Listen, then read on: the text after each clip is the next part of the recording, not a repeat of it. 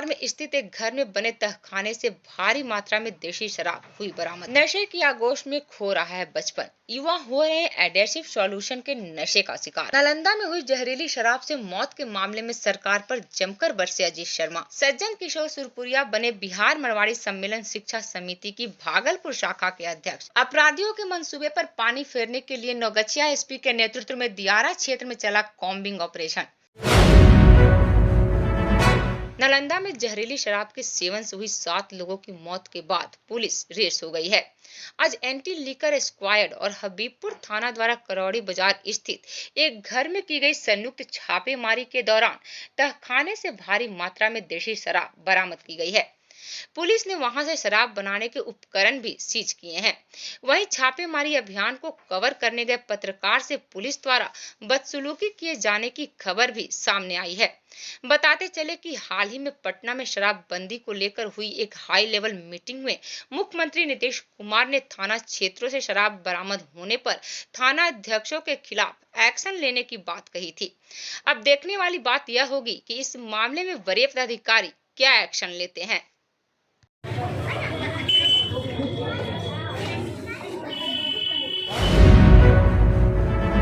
Bhagalpur station पर बच्चों का एक गैंग है जिन्हें एडेसिव सॉल्यूशन या सुलेशन के नशे की आदत ने अपना गुलाम बना लिया है।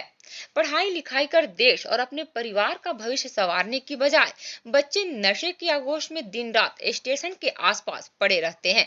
ये नशे की जरूरतों को पूरा करने के लिए चोरी और पॉकेट मारी जैसे गैर कानूनी काम करने से भी गुरेज नहीं करते हैं।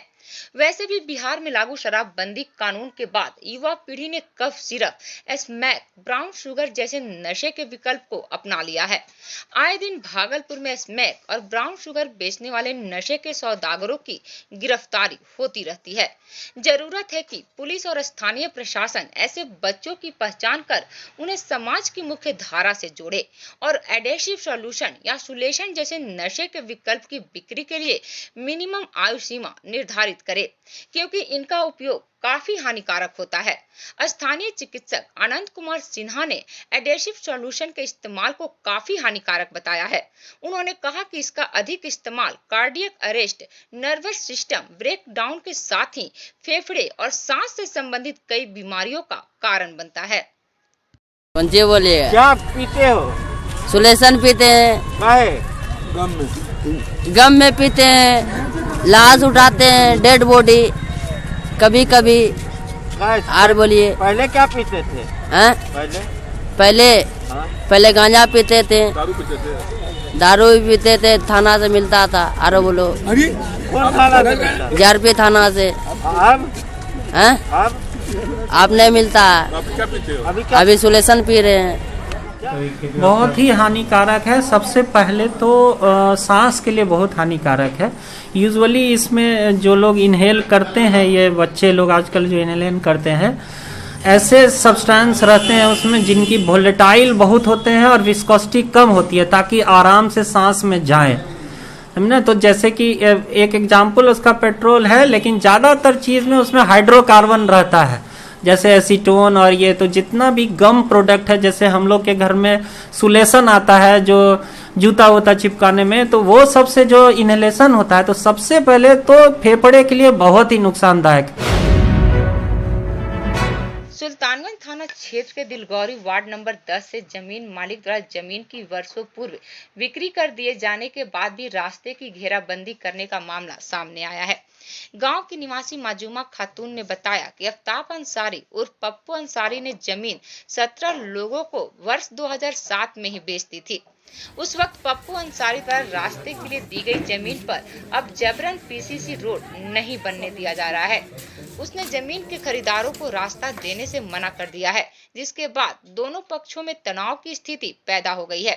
घटना की सूचना मिलने पर सुल्तानगंज थाना अध्यक्ष लाल बहादुर मौके पर पहुंचे और मामले को शांत कराया। इस मामले की सुनवाई के लिए दोनों पक्षों को शनिवार को होने वाले जनता दरबार में तलब किया गया है। यही है कि हम पप्पू अंसारी से जमीन लिए हैं, हम लोग का मकान बन चुका है। रास्ता वही बोला कि 20 से रास्ता पश्चिम देंगे। अब वो क्या कर रहा है कि अड्डा घेर रहा है, बोल रहा है कि हम जमीन पहले बोल चुके हैं कि इसमें रास्ता नहीं है, हम नहीं देंगे। कहाँ घर है? इस्लाम दिलगौरी 10 नंबर वार्ड। क्या माजरा है? माजरा है यही कि पप्पू का कहीं से हम जमीन लिए हैं। कितना जमीन लिए हैं? 1 कट्ठा जमीन लिए हैं। बोला कि पप्पू रास्ता कौन देकर निकलेगा, यही सीधे निकलेगा। रास्ता दे दिया, पप्पू ने अभी रोक लगा रहे हैं। रास्ता मांग रहे हैं, घर बनाने नहीं सर नहीं मांग रहे हैं, हम रास्ता मांग रहे हैं। पानी आता है, 1 कमर पानी में हेल करके जाते हैं, बाल बच्चा को बीमार पड़ता है, टांग करके जाते हैं। तो जमीन जो पप्पू दिया था तो रास्ता करके यही दिया था? हाँ यही दिया था। कितने लोगों को जमीन बेचा? 17-18 आदमी को दिया है। बिहार के नालंदा में जहरीली शराब के सेवन से हुई 7 लोगों की संदिग्ध मौत पर कांग्रेस विधायक दल के नेता और भागलपुर के विधायक अजय शर्मा ने गहरा दुख व्यक्त करते हुए बिहार भाजपा के प्रदेश अध्यक्ष संजय जायसवाल के बयान का समर्थन किया है। संजय जायसवाल ने प्रदेश में शराबबंदी कानून की समीक्षा की वकालत की है। अजय शर्मा ने सरकार को आड़े हाथों लेते हुए कहा कि मुख्यमंत्री नीतीश जी के गृह जिला में जहरीली शराब के सेवन से हुई लोगों की मौत यह बता रही है कि शराबबंदी कहीं भी लागू नहीं है। नालंदा की इस घटना ने आईना दिखाने का काम किया है।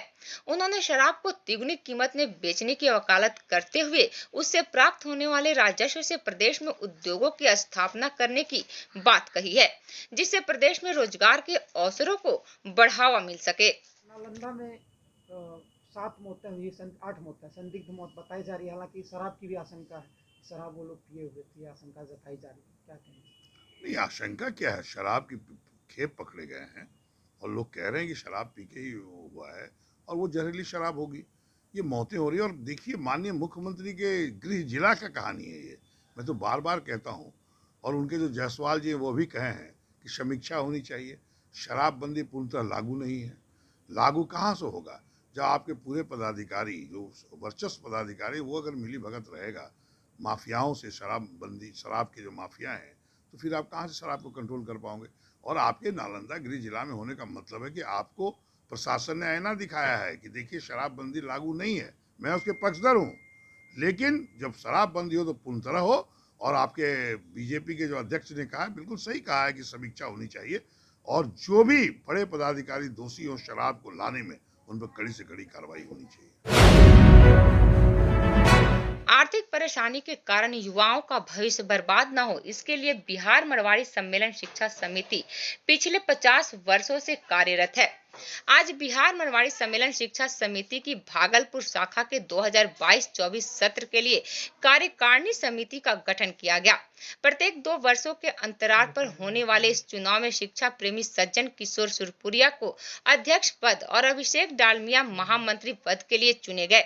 बिहार मरवाड़ी सम्मेलन जिला शिक्षा समिति भागलपुर के अध्यक्ष गोपाल पौदार ने कहा कि इस समिति का उद्देश्य धन के अभाव में शिक्षा से वंचित युवक और युवतियों की मदद करना। उन्होंने बताया कि समिति द्वारा वर्ग 8 से सीए, इंजीनियरिंग, मेडिकल की पढ़ाई करने वाले विद्यार्थियों को आर्थिक मदद दी जाती है। गोपाल पौदार, अध्यक्ष जिला शिक्षा समिति भागलपुर। यह बैठक जिला शिक्षा समिति के नवगठन हेतु आयोजित की गई है और इस समिति का उद्देश्य है कि समाज का एक भी युवक और युवतियां शिक्षा अर्थ के अभाव में शिक्षा से वंचित नहीं हो। जो भी आर्थिक अभाव के चलते वर्ग 8 से लेकर सीए की पढ़ाई करने वाले हो, डॉक्टर की पढ़ाई करने वाले हो, इंजीनियरिंग की पढ़ाई करने वाले हो, सभी छात्र छात्राओं को आर्थिक सहायता देकर उसकी शिक्षा में मदद करेगी। इसी नवगछिया में अपराधियों के बढ़ते आतंक से सहमित कोसी पार के किसानों की गुहार पर पुलिस जिला नवगछिया के एसपी सुशांत कुमार सरोज के नेतृत्व में एसडीपीओ सहित सभी थानों की पुलिस दियारा के दुर्गम इलाकों में ट्रैक्टर के साथ ही पैदल मार्च कर कॉम्बिंग ऑपरेशन चलाया। इस दौरान किसानों की समस्याएं भी सुनी गई। एसपी ने किसानों की समस्या को सुनने के बाद कहा कि पुलिस किसानों के साथ है। पिछली बार की तरह इस बार भी पुलिस अपराधियों के मंसूबे पर पानी फेरने में कोई कसर नहीं छोड़ेगी। किसानों की सहायता के लिए दियारा क्षेत्र में 2 जगहों पर पुलिस पिकेट की स्थापना के साथ ही उनमें पुलिस बल की तैनाती की गई है। उन्होंने कहा कि किसानों को परेशान करने वाले अपराधियों को गिरफ्तार कर उन्हें स्पीडी ट्रायल के तहत सजा दिलवाई जाएगी। उन्होंने किसान से अपनी जमीन छोड़कर नहीं जाने की अपील की और कहा कि ऐसा करने से अपराधी हावी हो जाते हैं। एसपी सुशांत कुमार सरोज ने किसानों को भरोसा दिलाया है कि पिछली बार की तरह इस बार भी फसल किसानों के घरों में ही जाएगी। आपकी सुरक्षा के लिए हम पूरा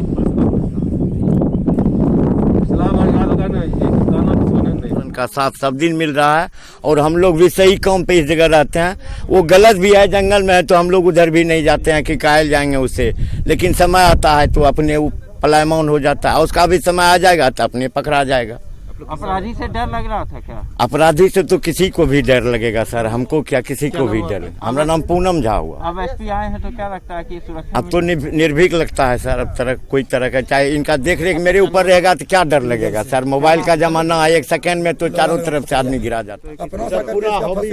देखिए देरा हम लोग पिछला बार भी आए थे न, पिछला बार भी आए थे जहाँ हम खड़े, यहाँ भी पुलिस पिकेट थी, बाहर तक पुलिस पिकेट आ रही थी।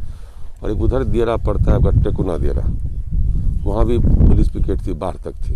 बाहर आया तो फिर वापस जाना पड़ा। अब बाढ़ का पानी पूरा नीचे उतर गया, अब हम लोग आ जा सकते हैं। वही रास्ता हम देखने आए थे कि रास्ता आने लायक जाने लायक है कि नहीं है और जो पिकेट कितना डैमेज हुआ है, ताकि उसका मरम्मती करवा करके हम बल को रख सकें।